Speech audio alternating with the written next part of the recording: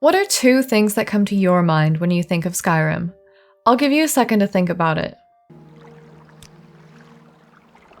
If you thought about Todd Howard's smug, greedy face when he releases the 17th version of Skyrim, and the plethora of very questionable mods that you're greeted with the second that you open the Skyrim Nexus,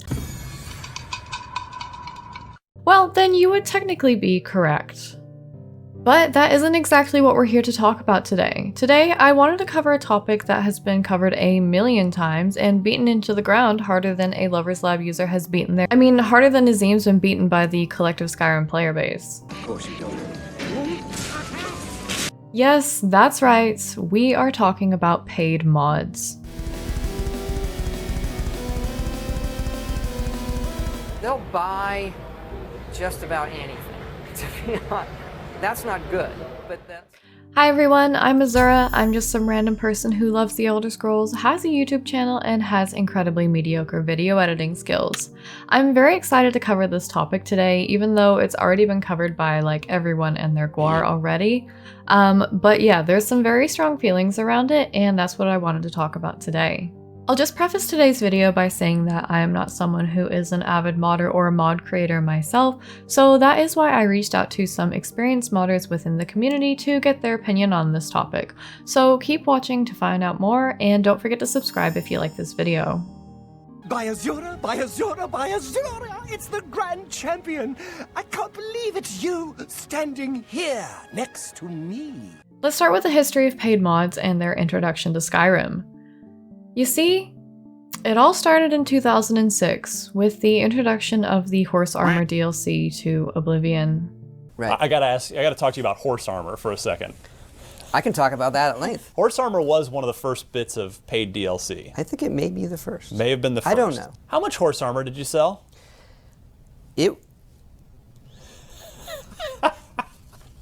Fast forward 9 years, and on the day of April 24th, 2015, Bethesda and Valve unveiled the newest feature for Skyrim on Steam: paid mods, otherwise called paid creations. This allowed users to pay for and download mods via the Steam Workshop. This was a pay-what-you-want system, with customers being able to choose how much they wanted to pay for the mods. The earnings were split 3 ways between Bethesda, Valve, and the creator, with Bethesda taking a cut of 45%, Valve taking a cut of 30%, and the creator taking a measly cut of 25%.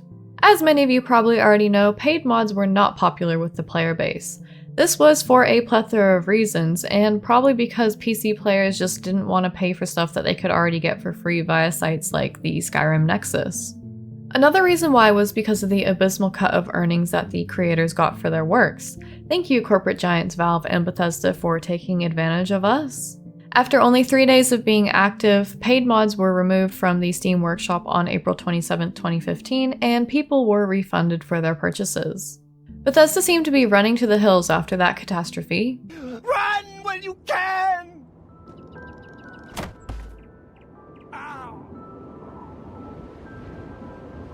But that didn't stop them from coming back in 2017 to attempt to sell mods to the masses yet again. Bethesda Game Studios is known for creating Like an awesome suite of content that you can buy.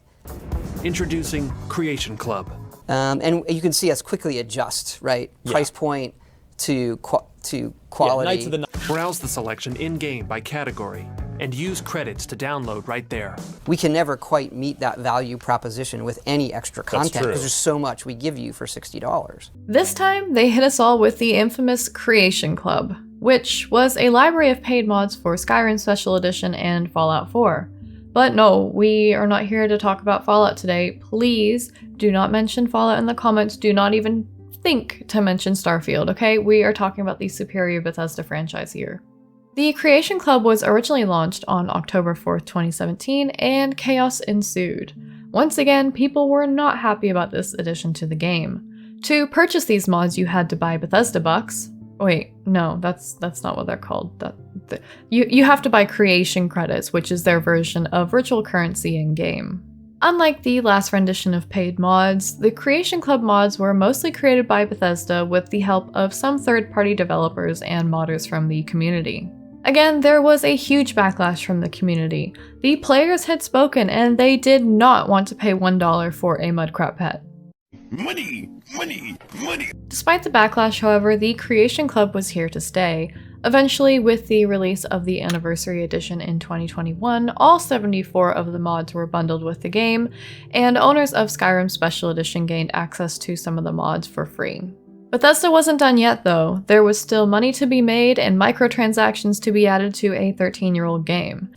People will buy anything. This time, they had their eyes set on mod authors within the community again.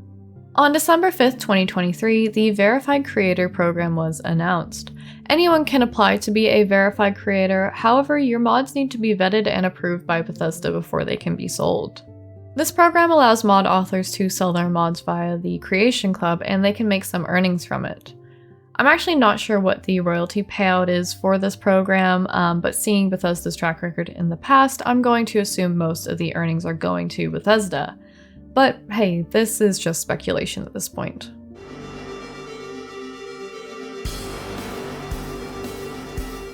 It's almost been a year since these verified creations were introduced, and it seems like paid mods are here to stay.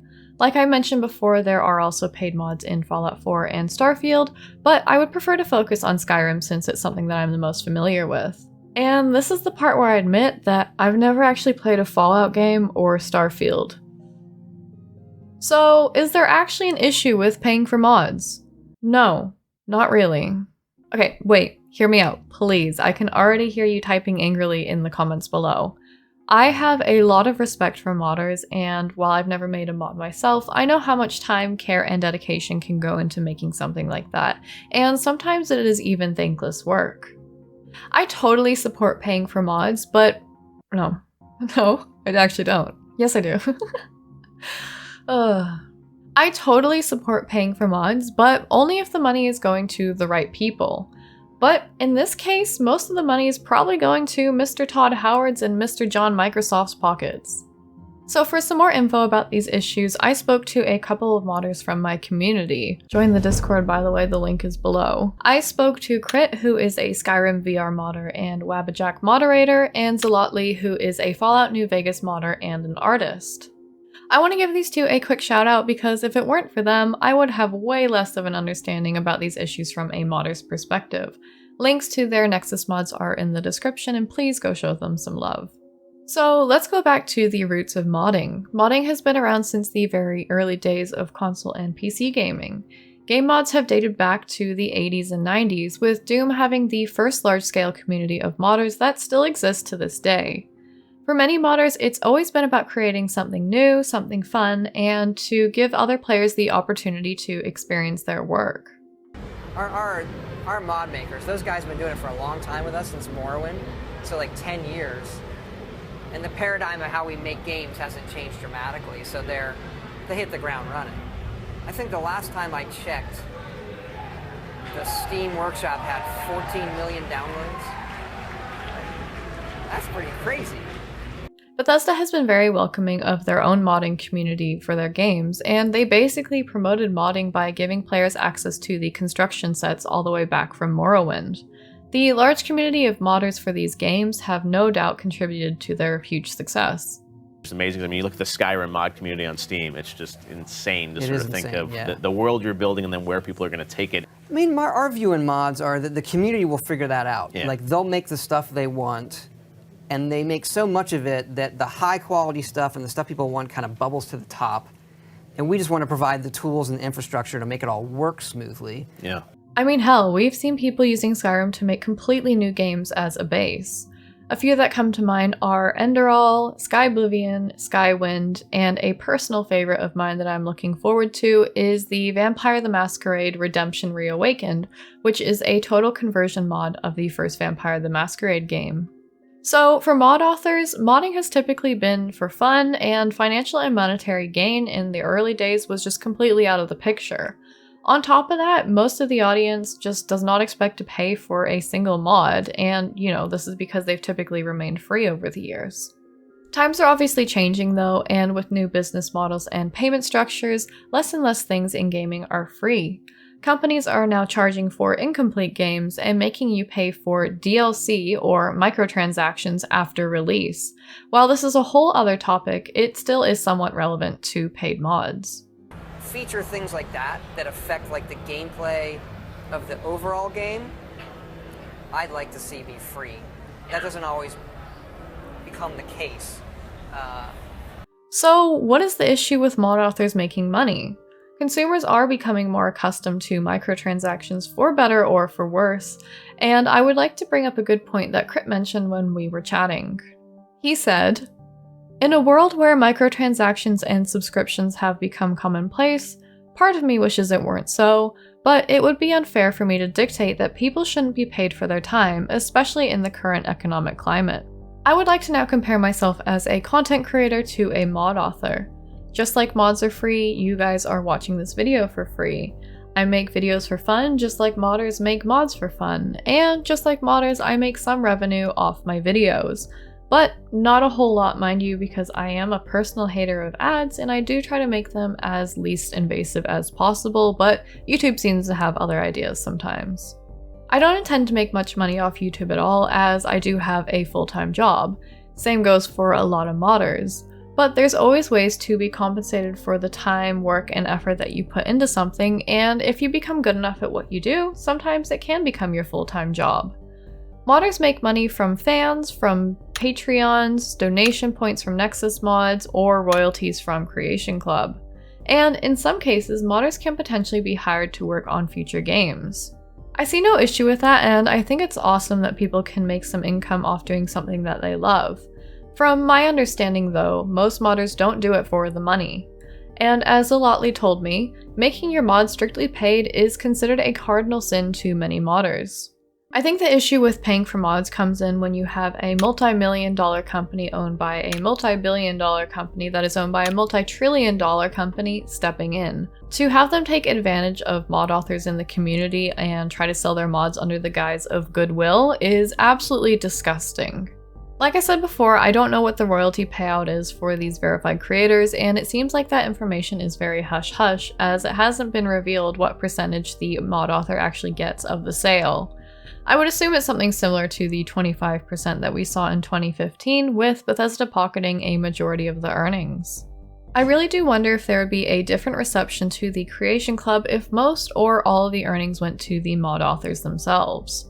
I wonder if the attitude from the community would be different if they understood how much work went into making a mod, or if there would be a little bit more appreciation. Crit said that this probably wouldn't be the case, and stated that a lot of people are at best only interested in a quick mod, or at worst ungrateful for the time spent on mods. All it takes is reading the comment sections of a few Nexus mods.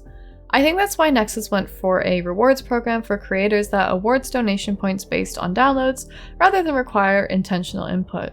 Educating the users could go a long way, but I don't think you can realistically change the minds of most people on this, which is a major problem.